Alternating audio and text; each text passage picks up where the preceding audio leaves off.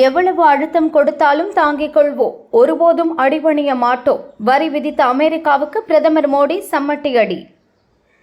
லோக ஐயப்ப சங்கமம் நிகழ்ச்சியில் பங்கேற்க பினராயி விஜயன் அழைப்பு, நிராகரித்தார் முதல்வர் ஸ்டாலின். மதுரையில் அத்வானியை வெடிகுண்டு வைத்து கொலை செய்ய முயன்றோம், கைதான பயங்கரவாதி அபுபக்கர் சித்திக் பரபரப்பு வாக்குமூலம்.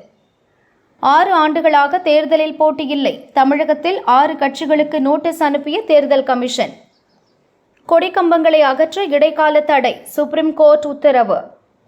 மறைந்த நடிகை ஸ்ரீதேவியின் சொத்துக்கு உரிமை கொண்டாடும் 3 பேர், சென்னை ஹைகோர்ட்டில் போனி கபூர் வழக்கு.